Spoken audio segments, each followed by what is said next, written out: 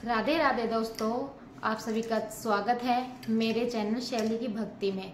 तो आज इस वीडियो में मैं आपको बताने वाली हूँ कि कार्तिक मास की जो अंतिम 5 दिन होते हैं उसको हमें कैसे स्नान करना है, कैसे पूजा पाठ करनी है, इन 5 दिनों के क्या नियम होते हैं, 365 बत्तियां कब जलानी है, कैसे जलानी है, कौन सा दीपक काम में लेना है, घी में जलानी है या तेल में जलानी है, या फिर 365 बत्तियां हम कैसे बना सकते हैं। तो ये सब बातें मैं आपको इस वीडियो में बताने वाली हूँ। तो हमारे जो हिंदू पंचांग के अनुसार कार्तिक माह है जो सबसे ज्यादा महत्वपूर्ण माना जाता है, क्योंकि इस दिन विष्णु भगवान योग निद्रा से जागते हैं। इसी माह में ही तुलसी पूजन किया जाता है। तुलसी विवाह भी इसी महीने में अपने देवउठनी 11 को तुलसी विवाह भी होता है। कार्तिक माह के अंतिम 5 दिन कार्तिक माह की एकादशी से पूर्णिमा तक माने जाते हैं। इन 5 दिनों में हमें स्नान आदि सुबह ब्रह्म मुहूर्त में कर लेना चाहिए। ये मतलब लेट नहीं होना चाहिए। जो हमारा स्नान है सुबह 4 बजे से लेकर 5 बजे तक तो हमें हर हालत में कंप्लीट करना ही चाहिए, क्योंकि उसी का ही फल ज्यादा माना जाता है।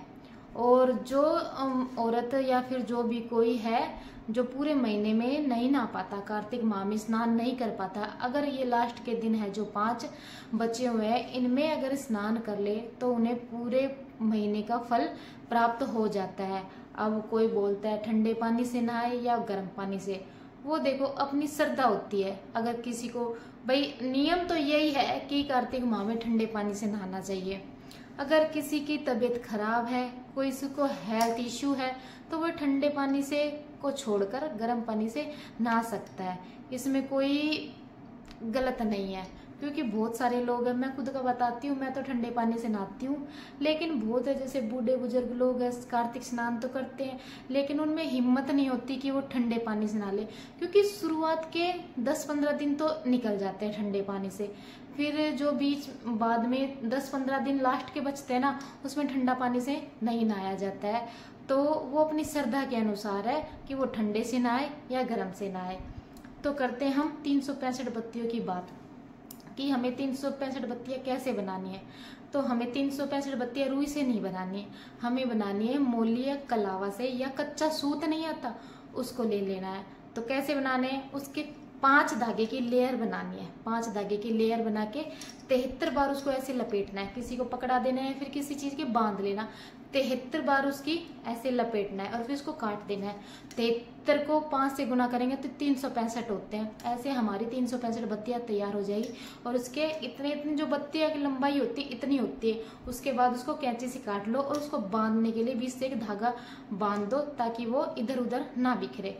अब ये बोलते हैं कि 365 बत्ती हमें कब जगानी है। तो 365 बत्ती हमें एकादशी से लेकर पूर्णिमा तक कभी भी जला सकते हैं। हो जाता है कभी, वैसे तो असली दीपदान कार्तिक की पूर्णिमा को माना जाता है, पर कई बार कुछ हो जाता है तो हम 365 बत्ती पूर्णिमा के दिन नहीं जला पाते हैं। कहीं आना जाना कुछ भी हो सकता है, तो हम एकादशी से लेकर पूर्णिमा तक कभी भी जला सकते हैं। एकादशी, द्वादशी, 13, 14 और पूर्णिमा, तो कभी भी 365 बत्तियां हम प्रज्वलित कर सकते हैं। अब दीपक कैसा लेना है, तो दीपक थोड़ा बड़ा ही लेना पड़ेगा, क्योंकि 362 जो बत्ती है छोटे दीपक में तो आती नहीं है। तो हम बड़ा दीपक चाहे मिट्टी का ले ले, या फिर चाहे हम आटे का बना ले, या फिर नारियल नहीं होता उसको बीच में से 2 टुकड़े करके आधे नारियल में वो पूरी बत्ती आ जाएगी। और बत्तियों को गाय के शुद्ध देसी घी में ही भिगोना है, या फिर काले तिल का तेल लेना है, उसमें भिगोकर हम कहाँ जगानी है, या तो तुलसा के नीचे जगा दो, तुलसा के मंदिर में, या फिर विष्णु भगवान के मंदिर में, या फिर शिव भगवान के मंदिर में हम उत्तर दिशा की तरफ मुख करके इस दीपक को प्रज्वलित करें।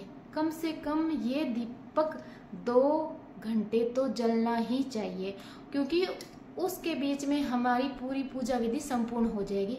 शाम के टाइम को हमें ये दीपक प्रज्वलित करना है और उस जब वो दीपक प्रज्वलित होता है तो उस दीपक के अंदर हमें खीर और बतासे जरूर डालने हैं।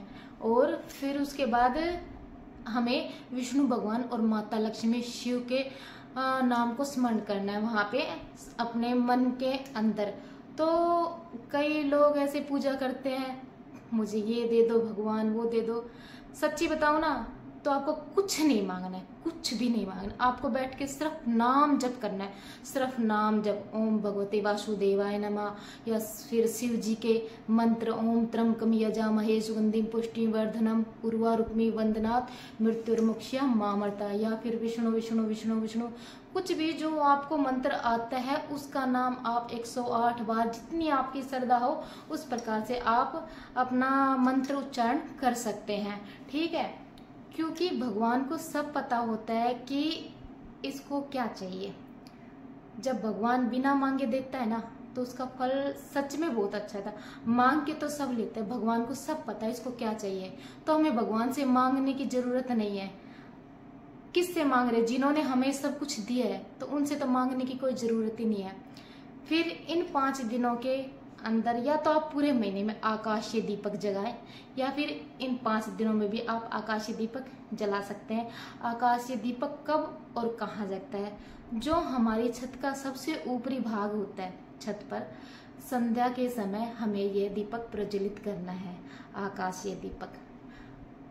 और जो अंतिम दिनों का, जो 5 दिनों का स्नान करते हैं, संभव तो होता नहीं है कि वो कार्तिक महात्म पढ़ सके या फिर उनकी कथा सुन सके, क्योंकि उसके 35 अध्याय होते हैं, तो 5 दिनों में तो वो कंप्लीट होते नहीं है। तो इससे अच्छा है आप कार्तिक माँ की, तुलसा जी की कहानी है, जो भी अपनी ये कहानी है, सूर्य देव की, गणेश जी की, राई दामोदर की, और लपसी तपसी की, और किसकी कहानी है, जो भी है 10-15 कहानी है, ये हम रोज ये सुन सकते हैं। और जो ये लास्ट के 5 दिन होते हैं, हमें इसमें तुलसा जी में और पीपल में शिव जी के हमें 5-5 बत्तियां लगानी है। जो इन बत्तियों के लगाने से हमें पूरे महीने का फल एक साथ मिल जाएगा।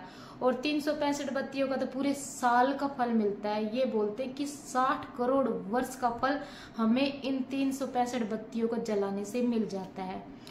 अब हर घर में तो औरतें स्नान करती है, अपना दीपक प्रज्वलित कर लेती है, लेकिन हमें यह दीपदान हमारे घर के अन्य सदस्यों से भी करवाना चाहिए। हमारे घर के जो पुरुष होते हैं उनको भी हम दीपक 365 बत्तियों का जो दीपक होता है उनसे भी प्रज्वलित करवाना चाहिए, ताकि उनको भी कार्तिक मास और पूरे वर्ष का फल प्राप्त हो सके।